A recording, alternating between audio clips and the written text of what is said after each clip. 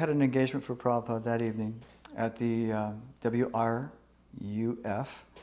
the radio station at the University of Florida, student run. But it was a very professional place, and Prabhupada had a particular interviewer who was trying to provoke him, trying to ruffle him, and asking questions like, so what do you bring to the world, this country, that we already have in God? We have so many churches. What do you bring in that is so special? And Prabhupada said, I am bringing the authorized version. Authorized by who, he says. He said, by Lord Chaitanya.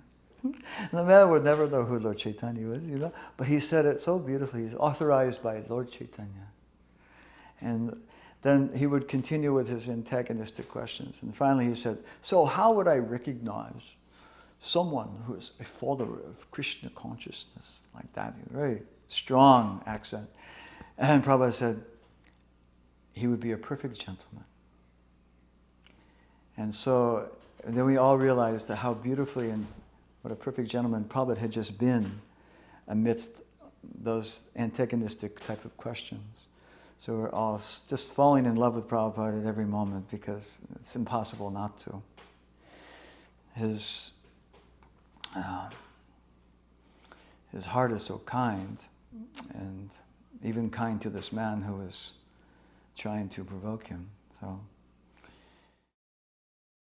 I guess one impression I had was when one time I saw him opening up the Chaitanya Charitamrita, and he was saying, he put on his reading glasses and he said, as it's stated in Chaitanya Charitamrita. And that impressed me. I grew up with a lot of books around me, and I just saw a difference between Srila Prabhupada and so many of the other gurus that were coming at that time, and avatars and what have you, that he was actually speaking from Shastra. So this was in Chicago Ratha Yatra, and most devotees who had some ingenuity, they would find a way to get to Srila Prabhupada, who was anywhere nearby.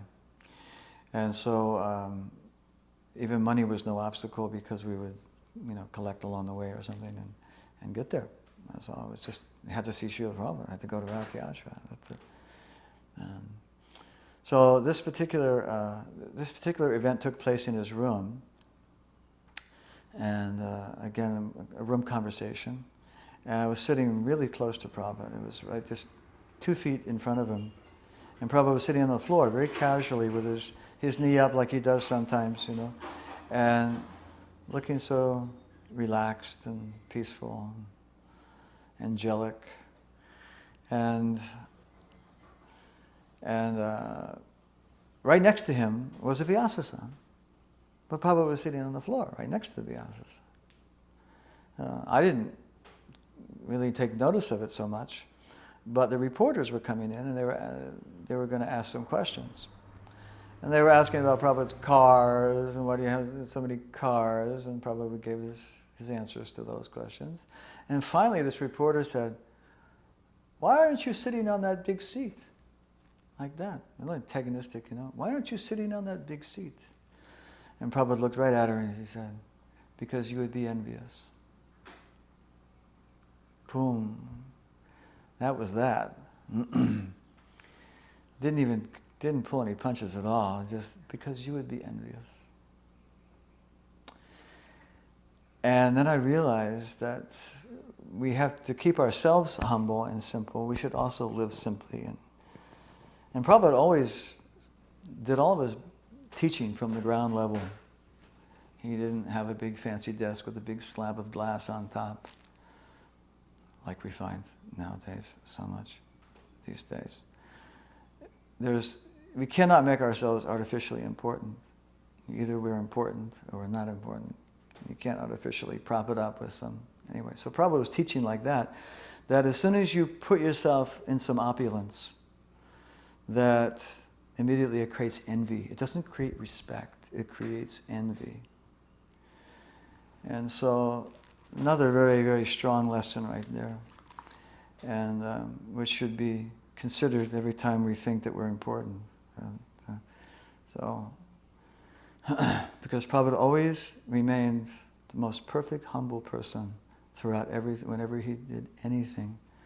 The most brilliant, articulate, celestial being that ever came to this dark planet. It was a letter that one of his godbrothers wrote to him when he first got to New York. And the letter was, what would they call them? His godbrothers called him. So what do you see there? And Prabhupada wrote back, he said, I see only demons. I see only demons. So Prabhupada had his work cut out for him, trying to convert a country of demons into devotees. I see only demons. So this is the greatest miracle that Prabhupada said, well, you showed me a miracle. And Prabhupada said, yes, these boys and girls are all miracles. They have given up all this material life and they've become nice devotees of Krishna. This is a most amazing thing. This was in New Vrindavan on a morning walk, and Prabhupada was walking. There's quite a few devotees, and devotees were talking about this and that, and I was kind of walking in the background a little bit.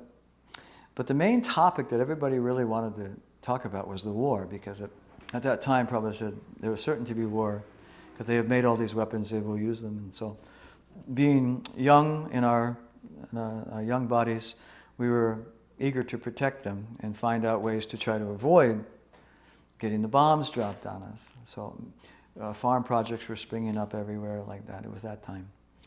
And Prabhupada was walking and different questions were being raised, but no one asked a question about the war. So I figured, and Prabhupada also, it was a very well-known fact that Prabhupada says, do not make any plans based on the war. And yet we were all making plans based on the war. So I had the moment came and I blurted out my question. And I asked a question about the war. And Prabhupada did not say a word. And it was like being crushed by a mountain. And all the devotees looked at me like, why you ask a stupid question like that?